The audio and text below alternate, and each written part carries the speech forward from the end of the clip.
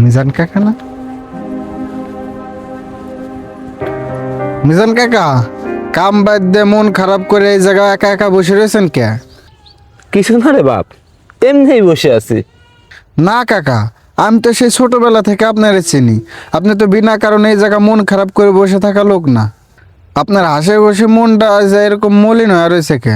কি হয়েছে কাকা, বলেন তো শুনি। কি হয়েছে শুনবি? তাহলে শোন। ইমন, আজ মনে হচ্ছে আমার জীবনে আমি কিছুই করতে পারি নাই। সারা জীবন রক্ত ঘামায়া লাখ লাখ কোটি কোটি টাকা কামাই করছি, শেষে কি লাভ হইলো? কেন কাকা, আপনি তো বউ পোলাবানের জন্য এত কষ্ট করলেন, যাতে তারা ভালো থাকতে পারে, ভালো খাইতে পারে।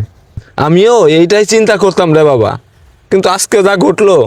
তাইলে শোন বাবা, আমার জরুরিভাবে 50,000 টাকা লাগবে, আমার এক্ষুনি দিতে হবে। এত টাকা দিয়ে কি করবি বাজান? আর হঠাৎ এত টাকা কিসের জন্য?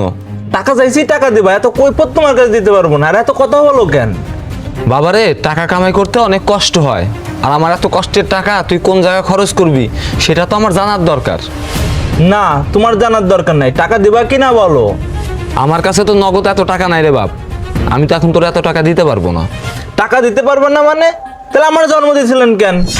আমি কি তোমারে বলছিলাম আমারে জন্ম দাও? জন্ম যেহেতু দিছো, তাহলে আমারে সকালাত পূরণ করাই লাগবে। সব ইচ্ছা সবসময় পূরণ করা যায় না রে বাবা, কিছু ইচ্ছা নিজে কামাই করে পূরণ করতে হয়। নিজেই যদি কামাই করি, তাহলে তোমার দিয়ে দরকার কি? তাহলে তুমি এই মুহূর্তে বাড়িতে বাড়াই যাও। তুই কি বলিস? আমার নিজের হাতে গড়া বাড়ি থেকে তুই আমারে বের করে দিচ্ছিস? তোর এত বড় সাহস! সাহসের কি দেখছো তুমি? ভালোই ভালোই বাড়িতে বাড়াও, নাহলে ঘাত ধাক্কা দিয়ে বাড়িতে বের করে দেবো। আমি গেলাম, এসে যেন তোমার চেহারা না দেখি।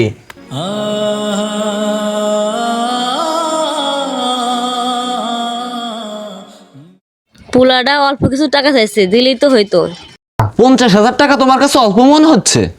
আমাদের একটা মাত্রই ছেলে, ও টাকা খরচ করবে না, তাতে কে করবে? শোনো, আজকের ভিতরে যদি টাকা না দাও, তাহলে আমার পোলারে নিয়ে আমি চলে যাব, আর কোনোদিনও মুখ দেখাবো না।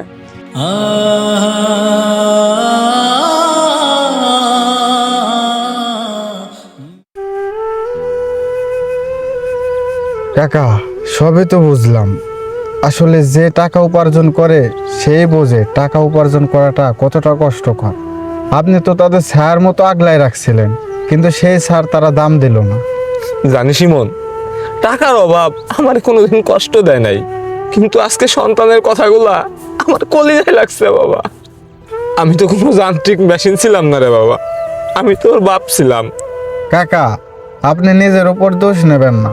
অনেক সময় অতিরিক্ত আদর আর সহিংসতা সন্তানকে অন্ধ করে দেয়। আপনি তো আপনার দায়িত্ব পালন করেছেন, কিন্তু অজয় তার কর্তব্য ভুলে গেছে। শোন বাবা, তুই এখনো যুবক, নিজের জন্য কিছু সঞ্চয় রাখিস। ভালোবাসা আর শাসনের ভারসাম্য না থাকলে শেষ বয়সে এসে আমার মতো একা একা পুকুর ঘাটে বসে দীর্ঘশ্বাস ছাড়তে হবে। কাকা, আমি আপনার পাশে আছি, চলেন আমার বাসায় যাবেন। আমি আপনাকে একা একা এই পুকুর ঘাটে ফেলে যাব না। এই দুনিয়ার সব সন্তান কুলাঙ্গার হয় না, কিছু কিছু সন্তান বাবার সম্মান রাখতেও জানে।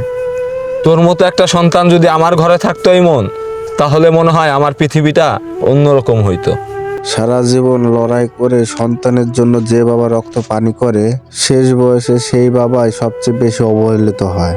টাকার অভাব মানুষকে ভাঙে না, ভাঙে সম্পর্কের অভাব। অতিরিক্ত আদর আর শাসনের অভাবে সন্তান ভুলে যায় বাবার ত্যাগের মূল্য।